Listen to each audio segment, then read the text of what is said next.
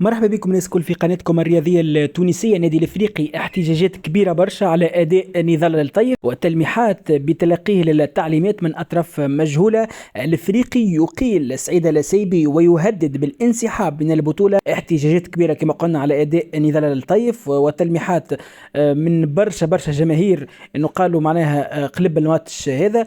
الملعب التونسي يحسم المواجهة ضد النادي الافريقي ويضمن الترشح لمرحلة البلاي. يعني كما قلنا باش تشوفوا الفيديو هذا اللي معناه احتجاجات كبيره برشا لجماهير النادي الافريقي للاداره. اقاله المدرب سعيد السيبي. كما نشوفوا معناها بعضنا في الفيديو النادي الافريقي سجلت هدف التعادل بعد من كانت منهزمه 2-1. الحكم الغى الهدف. لكم يعني حريه التعبير يا لندرا.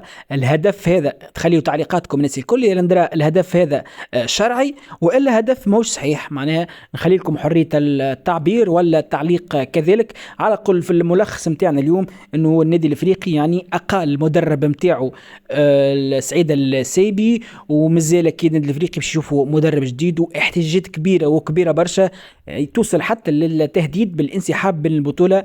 يقول لك معناه جماهير النادي الافريقي اللي احنا والاداره كذلك انه احنا الحق متاعنا عن تهضم في المباراه هذا وبرشا ظلم من حكم المباراه.